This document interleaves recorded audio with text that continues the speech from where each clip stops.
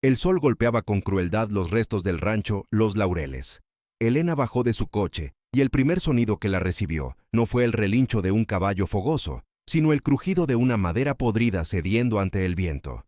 Todo lo que recordaba de su infancia, aquel paraíso de pastos verdes y cercas blancas, se había desvanecido casi por completo. En su lugar, las vigas caídas se retorcían sobre la tierra seca, y el silencio de las deudas masivas asfixiaba cada rincón del valle. Tras la repentina muerte de su padre, el hombre que fue el alma de estas tierras, el mundo se le venía encima a la joven heredera. No solo era el duelo, sino el peso de un fracaso financiero que amenazaba con borrar su linaje y dejarla sin nada más que recuerdos. Pronto aparecieron los buitres, sus propios tíos, de sonrisas falsas y manos ansiosas. Ya la esperaban flanqueados por don Valente, un comprador oportunista de mirada gélida que olía la debilidad a distancia. Pusieron un fajo de papeles legales sobre la mesa astillada del porche. La oferta era un insulto, una cifra humillante que apenas cubría una fracción del valor real de la propiedad, pero que prometía liberarla de la presión bancaria inmediata. Don Valente, con una falsa compasión, le dio un ultimátum de 5 días.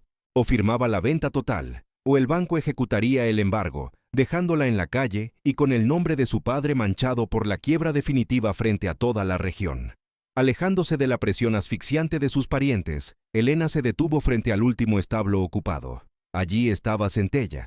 Si el rancho era una ruina física, la yegua era su reflejo emocional. Estaba terriblemente flaca, con las costillas marcadas bajo un pelaje opaco y sucio de barro seco.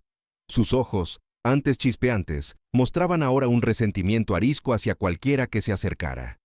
Sus tíos pasaron por detrás lanzando burlas. Decían que era un desecho inservible que su padre conservó por puro sentimentalismo barato. Para ellos, Centella era el símbolo perfecto del fracaso y la decadencia de la herencia que ella intentaba proteger, con una desesperación que ya empezaba a flaquear. En ese momento de desolación, un hombre apareció desde la polvareda del camino. Se presentó como Mateo. Su aspecto era humilde, vestía una camisa gastada por el sol y cargaba un morral viejo de cuero. No pidió dinero, simplemente pidió trabajo a cambio de un plato de comida y un rincón donde dormir. Antes de que continuemos con esta historia, suscríbete al canal y cuéntanos en los comentarios desde dónde nos estás viendo. Los tíos de Elena soltaron una carcajada despreciativa, instándola a echar a aquel vagabundo sin demora. Sin embargo, algo detuvo a Elena. Notó que Mateo no miraba la casa caída ni la tierra estéril. Sus ojos estaban fijos con una intensidad magnética en la figura de Centella. Mateo se quedó paralizado frente a la yegua. Mientras los demás veían un animal agresivo, flaco y sin ningún valor comercial, él parecía leer un lenguaje secreto en el porte de su cuello y en la profundidad de sus ojos oscuros. Mateo detectó un destello de nobleza heredada que nadie más había percibido bajo las capas de mugre y descuido. Los tíos intentaron expulsarlo a empujones, alegando que no tenían lugar para mendigos en un rancho que estaba a punto de cambiar de dueño. Pero Elena, movida por un impulso de esperanza al ver la seriedad profesional en el rostro de Mateo, intervino con una firmeza que sorprendió a todos los presentes. Con una voz que recuperó la autoridad de su padre, Elena decidió contratarlo. Le encargó cuidar a Centella y a los pocos animales restantes antes de que el plazo de la venta se cumpliera. Sus tíos se marcharon indignados, murmurando que Elena perdía la cordura al confiar en un desconocido. El sol se escondió tras las colinas, bañando el rancho en una luz naranja. Mateo se acercó lentamente cuando el ruido de los motores se desvaneció. Con una voz baja y segura, le susurró algo que le erizó la piel. «No venda a esa yegua, patrona. Ella es la única que puede salvar este suelo, si usted confía en mí». Elena lo miró, encontrando la convicción de un hombre que sabía algo que el resto del mundo ignoraba. Las palabras de Mateo resonaron en la mente de Elena durante toda la noche, como un eco de esperanza en medio de una tormenta de deudas. A la mañana siguiente, con el peso del ultimátum de don Valente oprimiendo su pecho, Elena buscó al peón en los establos. Decidió otorgarle un voto de confianza desesperado. Tendría exactamente 48 horas para demostrar que Centella no era el desecho que todos aseguraban.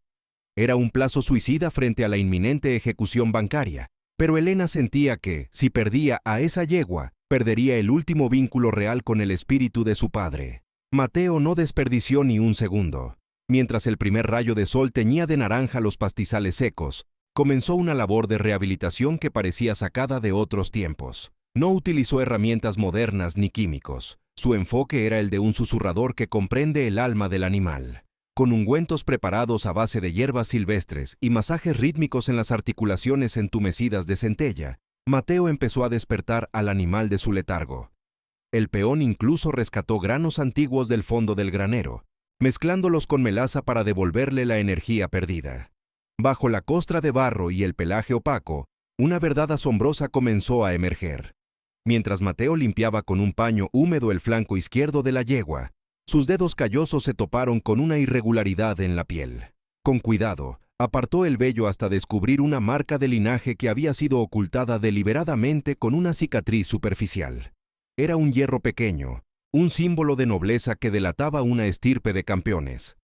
Elena, observando desde la sombra del establo, sintió un escalofrío al notar cómo el temperamento de Centella cambiaba. La yegua ya no lanzaba dentelladas al aire. Ahora buscaba el hombro de Mateo, reconociendo en él a un protector que hablaba su mismo lenguaje de respeto. Sin embargo, la codicia de sus propios familiares no tardó en manifestarse como una sombra venenosa. Esa tarde, Elena regresaba del despacho cuando vio a su tío oculto tras las vigas de madera, vertiendo un frasco de líquido turbio en el abrevadero de Centella. El plan era vil y sencillo: enfermar a la yegua para que luciera moribunda y obligar a Elena a venderla por unos pocos centavos como simple carne de matadero.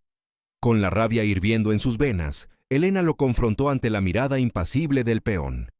Su tío, lejos de mostrar arrepentimiento, soltó una carcajada cargada de cinismo, asegurando que solo intentaba acelerar lo inevitable. Tras expulsarlo a gritos de la propiedad, Elena vio cómo Mateo vaciaba el agua contaminada con una calma que ocultaba una indignación profunda.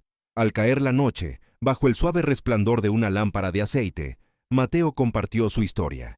Confesó que en su juventud había trabajado en los criaderos más prestigiosos del país y que conocía perfectamente la sangre que corría por las venas de Centella. Le reveló a Elena que su padre no había comprado al animal por un capricho sentimental, sino para salvarla de manos codiciosas que querían explotar su genética hasta el agotamiento. Su padre la había escondido a plena vista, esperando el momento en que Elena estuviera lista para reclamar su legado. La transformación visual de la yegua al tercer día era sencillamente sobrecogedora. Su pelaje, antes mate, ahora reflejaba la luz con un brillo cobrizo, y su porte había recuperado una elegancia aristocrática que dejaba sin aliento. Pero la realidad volvió a golpearlos con fuerza. Don Valente llegó al rancho mucho antes de lo acordado, bajando de su lujoso vehículo con una pila de documentos legales y una sonrisa de triunfo. Intentó intimidar a Elena, exigiendo su firma antes de que el sol se ocultara, alegando que el tiempo de las negociaciones se había agotado. Elena se refugió en el despacho de su padre para buscar fuerzas y, al remover un panel secreto en la vieja caja fuerte, encontró un sobre amarillento. Era una carta póstuma de su padre que lo confirmaba todo. Centella era la última descendiente directa de un campeón mundial. En el texto, su padre advertía que alguien de la familia había conspirado desde el principio para ocultar el valor real de la finca. Justo cuando Elena se preparaba para denunciar la estafa y enfrentar a Don Valente con las pruebas en la mano, un descubrimiento aterrador la dejó paralizada. Los documentos oficiales de propiedad de la yegua, los únicos papeles que podían validar legalmente su linaje, habían desaparecido de la caja fuerte. Sin ellos, la verdad era solo papel mojado, y el rancho estaba a un paso de perderse para siempre. El amanecer del quinto día llegó con una frialdad cortante que calaba hasta los huesos del rancho. El polvo se levantaba con violencia en el camino principal, anunciando la caravana de vehículos negros que avanzaba como una procesión fúnebre. No era solo Don Valente. Venía flanqueado por representantes del banco, funcionarios judiciales de rostro impasible y un destacamento de la policía local para asegurar el desalojo. Sus tíos, con sonrisas de victoria grabadas en sus rostros codiciosos, caminaban al frente, seguros de que el vacío en la caja fuerte de Elena era la sentencia de muerte para el legado de su padre. Elena permanecía de pie frente al pórtico, sola en apariencia, sintiendo el peso de los documentos robados como un abismo bajo sus pies. Valente extendió el acta oficial de desalojo con un gesto teatral, exigiendo la entrega inmediata de las llaves y la tierra.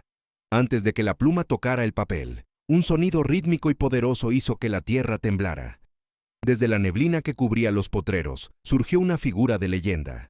Mateo avanzaba montado sobre Centella, que ya no era la yegua famélica de antes.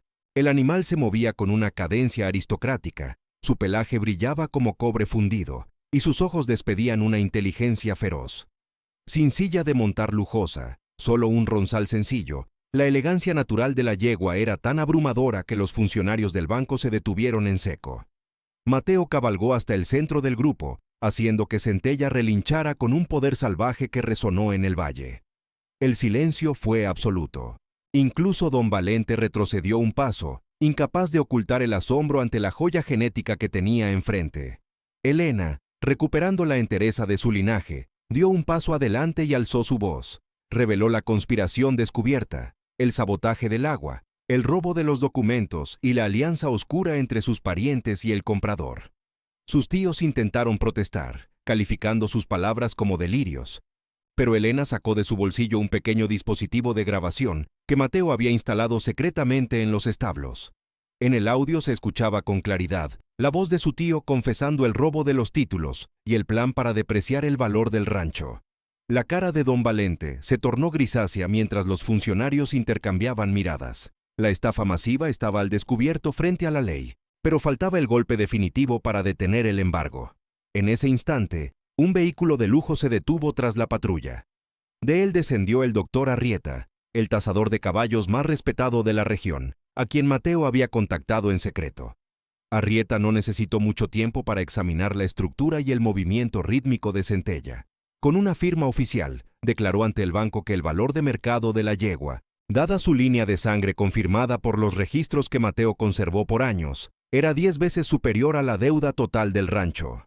El representante bancario, ante tal garantía y la evidencia del fraude, canceló el desalojo de forma fulminante, dejando a don Valente y a los tíos de Elena frente a un abismo legal de cargos por robo y falsificación. Con la autoridad de su sangre, Elena expulsó formalmente a sus familiares traidores de los Laureles, prohibiéndoles volver jamás.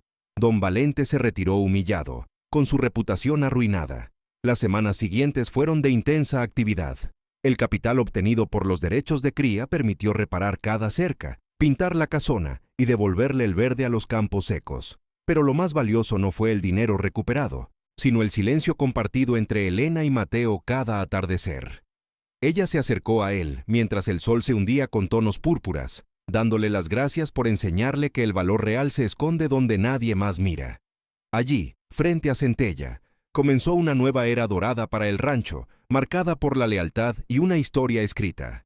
El sol nació detrás de ellos, iluminando el horizonte.